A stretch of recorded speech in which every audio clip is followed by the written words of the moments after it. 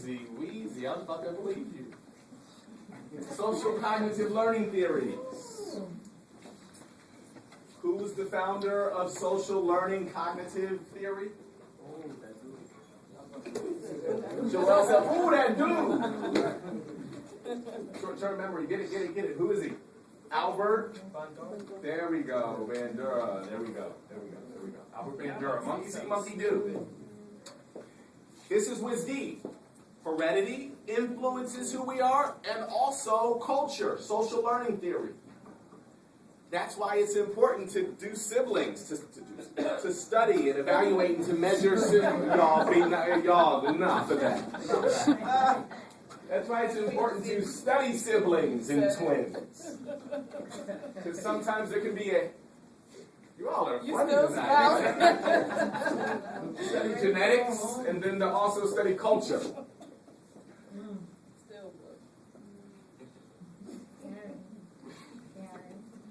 Reciprocal determinism. This sounds like a term that will be on the final.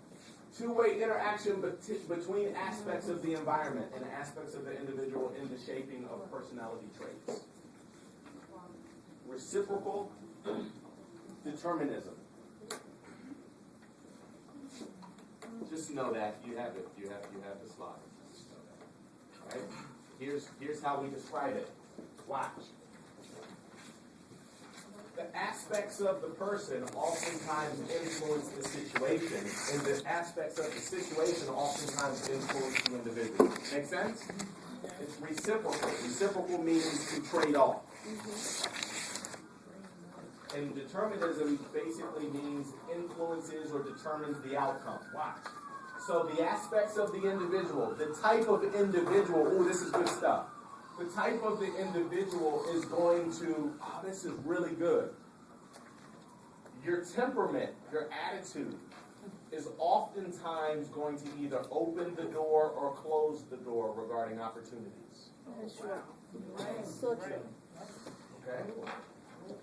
And the opportunity is either going to be presented or withheld based on your temperament, your attitude, and your personality. You all get that? Yes. See how they play off of each other? Yes. And I'm going to say this since I love the composition of our class and we can talk about multicultural issues and nobody can get offended. But traditionally, Latinos, Hispanics, and African Americans and people of color would say things like this.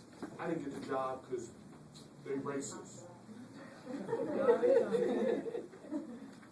Well, you didn't get the job because you showed up 37 minutes late for the interview.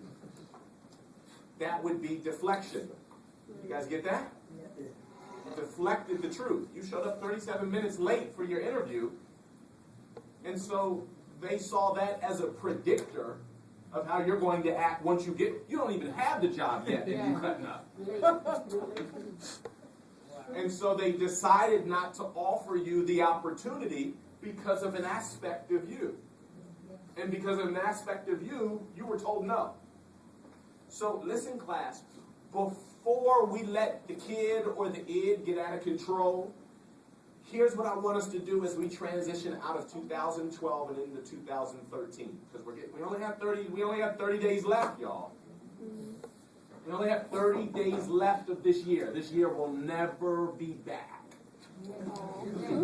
Ever. 30 days and it's a wrap. Here's what I hope we do at the end of 2012. We assess our good, our bad, and our ugly, and how the aspects of self have precluded us or blocked us from opportunities in the past. That's not necessarily an exercise for Professor Kobe's class. It's an exercise for your personal development, for our personal development. As I transition out of this year, 2012, and into 2013, what are some things that I'm too grown to be doing? Who are some people that I have no business hanging around? Who are some people that I need to scroll down on my cell phone and delete right now? What are some things that are just childish? I'm just too old for this. I'm too mature. I have too much potential. All right? And we can't play the blame game. The blame game is deflection. I got a C in Professor Morgan's class. He just didn't like me. No, you got a 70 on the midterm and the final. He ain't like me. That's typical deflection.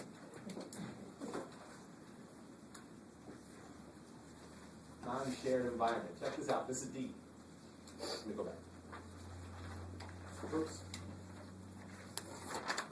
How many of you all have children? Okay.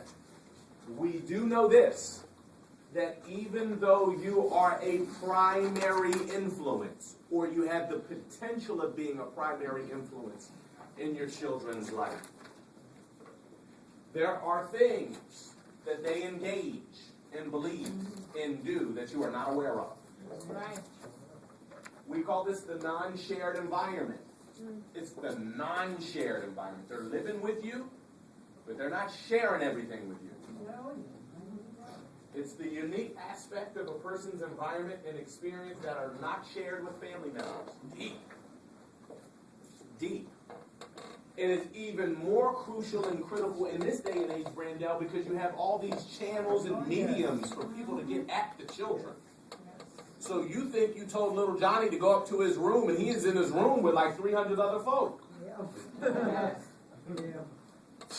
Once upon a time, if we were told to go to our room, that was punishment. Now little Johnny's like, yes, I get to go. And engage in the non-shared environment. I don't want to be around y'all during dinner anyway. I want to go up here and cut up on the social network. Parental influence and its limits. All right. The shared environment of the home has little influence on personality. Interestingly, this is what the book says. I'm curious to get your perspectives on this. This is controversial stuff. The extent to which parents can and can't influence their children's personalities, y'all with me? It's not behavior. Don't get twisted. We're not talking about behavior. We're talking about personalities. Y'all get that? Yeah. So if I switch it up on the final, don't you get it wrong. You got to think and pause before you start, doing monkey flips. We're talking about personalities. We're not talking about behavior. Behavior does not equal personality. Oftentimes, behavior is a manifestation of personality, but those two are not synonyms. We're not talking about behavior. We already hit that. We were talking about operant conditioning and classical conditioning and why people do things, and so we're not talking about behavior. Reinforcement and punishment. We're talking about personality. The shared environment at the home has little influence on personality. Parents, I want to hear from you. Do you agree with that or do you not? The shared, not the non-shared, but the shared experience. Can you influence your child's personality? No. You can't influence? Yes, you can. It doesn't say no influence. It says You just can't determine. Yeah, okay. How you Anybody else? Parents, Abdul, what are your thoughts? Can you son or daughter? I got both. Really? Yeah. Look at you, blessed man. Blessed man. Do they love you? Yeah. Oh. So what degree do you believe you can influence their personalities? I think I got influence with their personality. You have influenced their personalities. Well, not to say I have yet, but I think I, You will. Yeah. Why? I mean, kids, they're very observant, so sometimes, I don't know, if you,